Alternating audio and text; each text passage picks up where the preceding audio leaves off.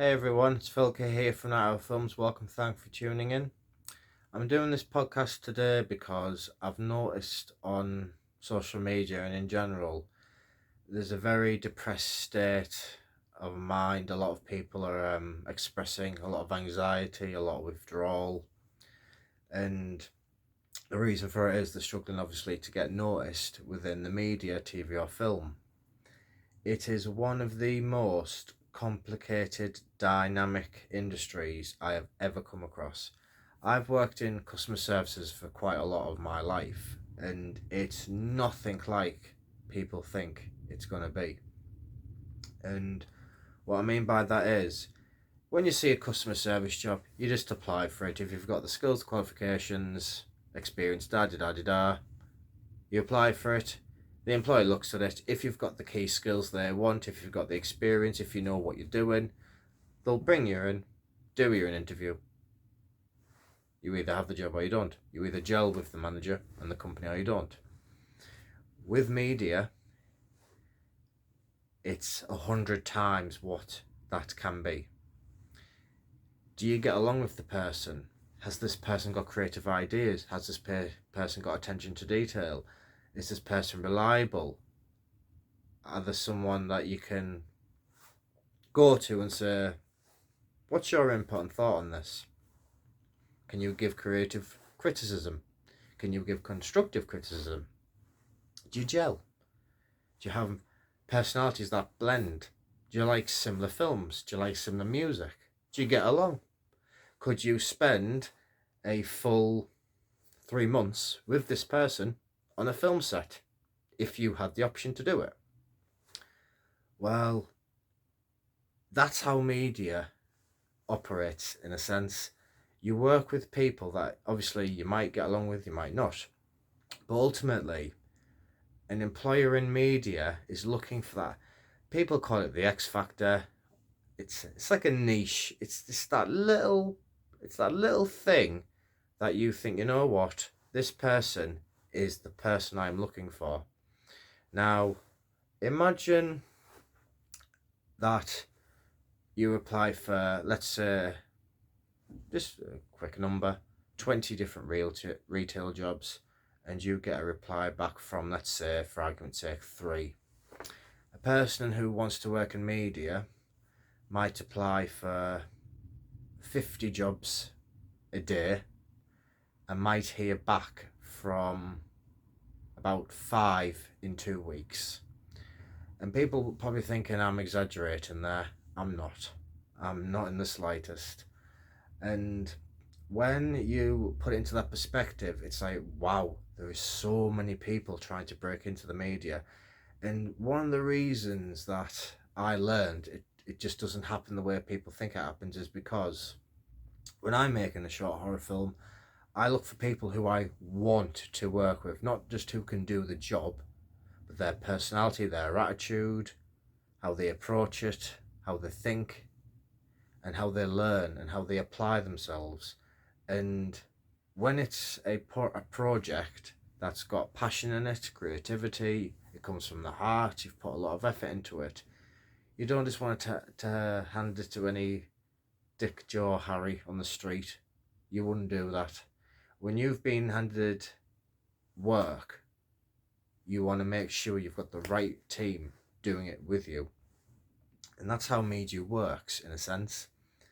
It's not like turning up to a job interview at the job centre. You sat around a table with 10 people and you all go around introducing yourselves and, oh, these are my strengths, these are my weaknesses. It's not like that. You have to really get to know someone, gel with them. And people are probably saying, well, why? With creative work, you have got to make sure that before you put your project out there, it is how you want it to be as best it can be. Because there's that saying, what we see in our head, our vision, is never what we see on screen. And that is true. The amount of times I've written a scene and it just never pans out the way you think it will, it's 100% true. And you're not just going to take some random, I'll just give you an example, some random camera operator. Oh yeah, I've worked on this and this and this and this. All right, cool, okay then. What horror work have you done? Oh, I've done none. Right. Oh, but I'm brilliant at framing. I can do it really fast. I can rig and de-rig in no time, change the lenses over, change the batteries. Okay.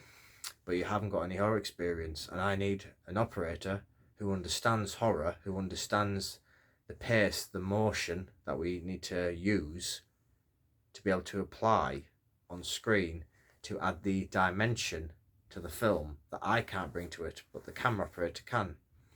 Now, people might think, well, hang on, if you're just, an independent filmmaker, you just get anyone to do it. No, you don't. You find people that understand the craft, understand the passion, the art. What I find funny about a lot of people is that they always ask, what aren't you doing? What haven't you done? They don't ask, what have you actually done and has worked? For me personally, I've been networking like crazy. I've been speaking to producers, directors, writers, actors. And within a few minutes, you either gel with these people or you don't.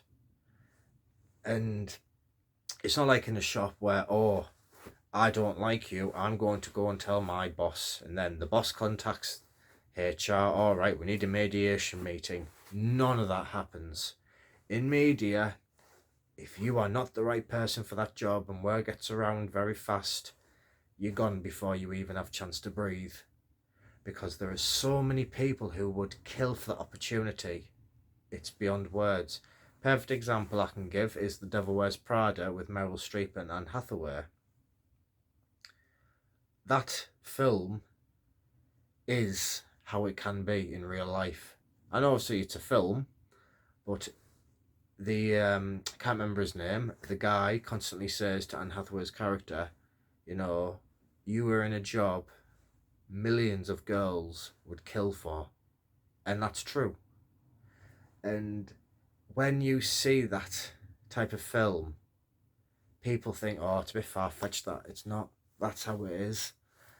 I remember years and years ago, I was applying for jobs like crazy, and when you don't get any feedback, you're left in limbo. But then that's when I clocked on.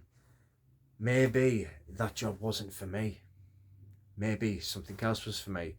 I've been on a very weird journey myself. First, I thought I wanted to do animation, then stop animation, then sound work in school, then acting, and then studio work, and then documentaries, then camera work, then editing, then directing, then producing, and then back to camera work again, then vision mixing.